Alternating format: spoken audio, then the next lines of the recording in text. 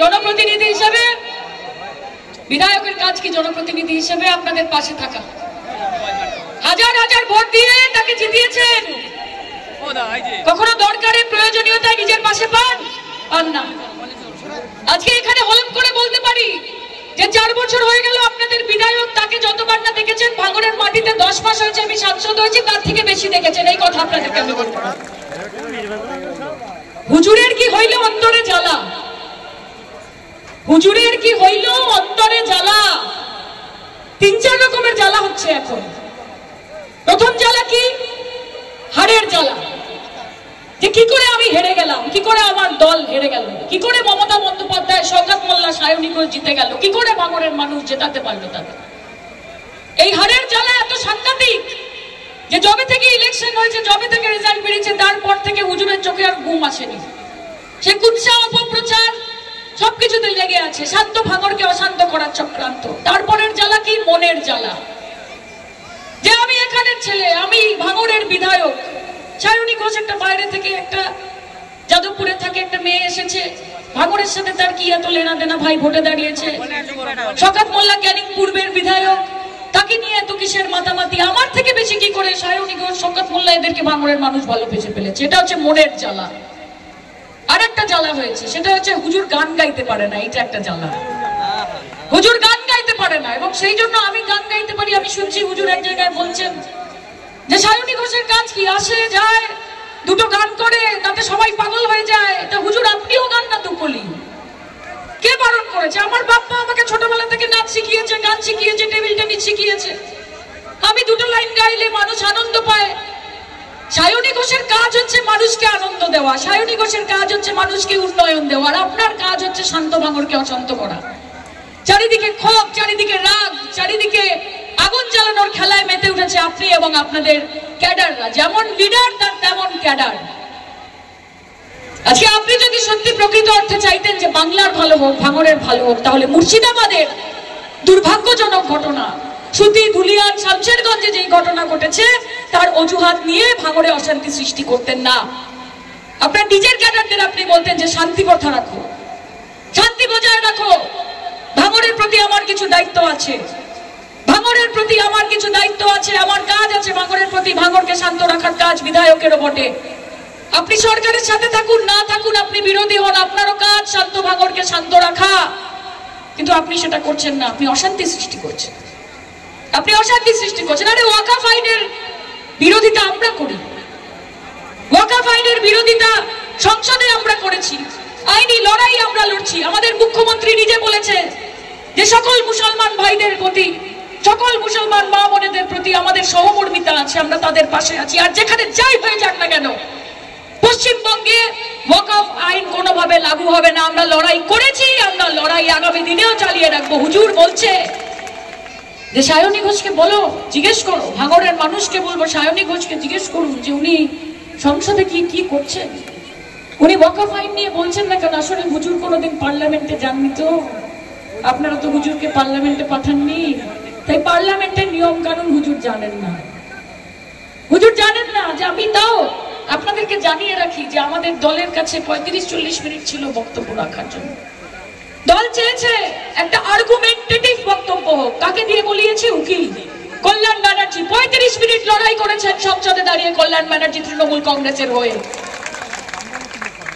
কেসের মতো করে লড়াই করেছেন, কোর্টরুমের মতো করে লড়াই করেছেন যে আমরা ওয়াকফ আইনের বিরোধিতা করি। আবু তাহের বলেছেন, মুর্শিদাবাদের এমপি আবু তাহের বলেছেন, তিনি ওয়াকফ আইন সম্বন্ধে বলেছেন। আজকে এত সংখ্যালঘু আমাদের, তাদের প্রতিনিধিত্ব করার জন্য একজন মুসলমান ভাই যদি না বলেন আপনাদের ভালো লাগতো? আপনারা বলেছেন। আরে সায়নী ঘোষ বিগত 10 মাসে পার্লামেন্টে গিয়ে কিভাবে লড়াই করছে ভাঙড়ের মানুষের কাছ থেকে আপনি জেনে নিন, আপনাকে রিল দেখিয়ে দেবে। কারণ তার নিচে ভাঙড়ের মানুষই লেখে মাশাআল্লাহ সুবহানাল্লাহ।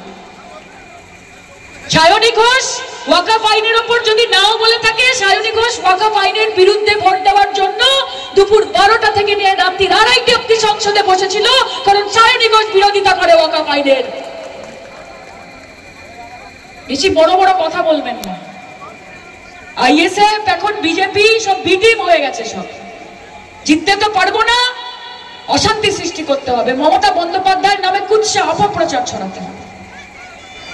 আপনাদের একটাই কথা বলে রাখবো যে এইসবে দিদি ভয় পান না।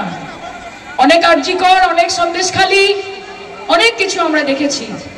মুর্শিদাবাদে দাঙ্গা করানোর চেষ্টা করেছেন, বাংলাকে অশান্ত করার চক্রান্ত, ধর্মের ভেদাভেদ, ধর্মের রাজনীতি। আরে পশ্চিমবঙ্গের মাটি দুর্জয় ঘাটি, হিন্দু বনেগা না মুসলমান বনেগা, इंसान की औलाद है इंसान बनेगा, इंसान बनेगा।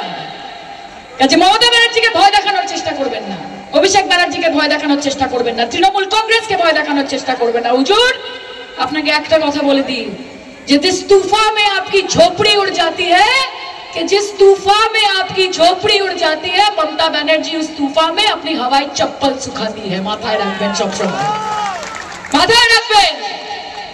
আর আমরা তার সৈনিক, আমরা প্রত্যেকে তার সৈনিক। সরকারের জন্য একটা জোরে হাততালি দিন। একজন মানুষ দিন রাত যেভাবে ভাঙড়কে সুসংগঠিত করার জন্য, ভাঙড়কে শান্তিপূর্ণতা যাতে বজায় রাখে, সেটার জন্য যেন আপনাদের কাজ হয়, আপনাদের উন্নয়ন হয়, সেটার জন্য দিন রাত এক করে খাটছেন। নিজের বিধানসভাকে সঙ্গে রেখে ভাঙড়কে যেভাবে সময় দিচ্ছেন, আমি কৃতজ্ঞ সরকারটার কাছে। অনেকের অনেক জ্বালা হবে, অনেকে অনেক কথা বলবে, মাথায় রাখবেন কেউ পাশে থাকবে না। তোমার দেখা নাই রে, তোমার দেখা নাই। যখন প্রয়োজনীয়তা হবে, যখন পাশে কাউকে দরকার থাকবে, ওই লাভ ছাড়া ক্ষতি নেই, দিদি ছাড়া গতি নেই। মাথায় রাখবেন সব সময়, দিদি ছাড়া গতি নেই। কাজে আপনাদের এই লড়াইয়ে আমরা আপনাদের পাশে আছি, ভাঙড়ের মানুষের পাশে আমরা আছি, উন্নয়নের কাজে আছি। শুধু নিজেদের এলাকাগুলোকে দেখে রাখুন, কোন বহিরাগত শক্তিকে বাইরে থেকে এসে শান্ত ভাঙড়কে অশান্ত করতে দেবেন না। আপনাদের লড়াই আপনাদের করতে হবে। শওকত মোল্লা নিজের জায়গা থেকে লড়াই করবে, ভাঙড় তৃণমূল কংগ্রেস নিজের জায়গা থেকে লড়াই করবে, সায়রীপুর সংসদে লড়াই করবে, কিন্তু আপনার এলাকা, আপনার পাড়াকে আপনাকে বাঁচিয়ে রাখতে হবে। এখানে কোনো হিন্দু মুসলমানের ব্যাপার নয়, এখানে কোনো ভেদাভেদ নেই, কোনো বৈষম্য নেই। মমতা বন্দ্যোপাধ্যায় সবার জন্য কাজ করে, আগামী দিনেও করবেন। গোটা ভারতবর্ষে কি হচ্ছে আমি বলতে পারবো না, কিন্তু যতদিন মমতা বন্দ্যোপাধ্যায় বেঁচে আছে, প্রত্যেকে, সে হিন্দু হোক, মুসলমান হোক, খ্রিস্টান হোক, জৈন হোক, যেই হোক না কেন, বৌদ্ধ হোক, মমতা বন্দ্যোপাধ্যায়ের অভিভাবকত্বে সে মাথা উঁচু করে এই পশ্চিমবঙ্গে বাঁচবে। क्योंकि सभी का खून शामिल है यहाँ की मिट्टी में, किसी के बाप का हिंदुस्तान नहीं, किसी के बाप का हिंदुस्तान नहीं है। আর হুজুরকে এই মঞ্চ থেকে আজকে বলে যাচ্ছি যে সায়নী ঘোষ ভাঙড়ের মানুষের আশীর্বাদ নিয়ে, তাদের ভোটে জিতে, মাথা উঁচু করে পার্লামেন্টে দাঁড়িয়ে কথা বলে, রাত্রির 2:30টার সময় প্রধানমন্ত্রী এবং স্বরাষ্ট্রমন্ত্রী চোখে চোখ রেখে হুঙ্কার দিয়ে কথা বলে। আপনি কি জিনিস আছেন? আপনি কি জিনিস আছেন? আর 4-5 মাস 6 মাস মতো আছে, এনজয় ইয়োর সেলফ। কারণ তারপর জোড়া ফুল ফুটবে, ভাঙড়ের মানুষ আশীর্বাদ করবে, তৃণমূল কংগ্রেসের প্রার্থী একজন যোগ্য বিধায়ক রূপে আপনাদের কাছে পৌঁছাবে, এবং যেই যেই কাজ এই ধাপ্পাবাজ আইএসএফ করে উঠতে পারেনি বিগত 5 বছরে, সেই কাজ করে দেখাবে তৃণমূল কংগ্রেসের ক্যান্ডিডেট। এই কথা দিয়ে আমি যাচ্ছি আজকে আপনাদেরকে এখান থেকে। আমাদের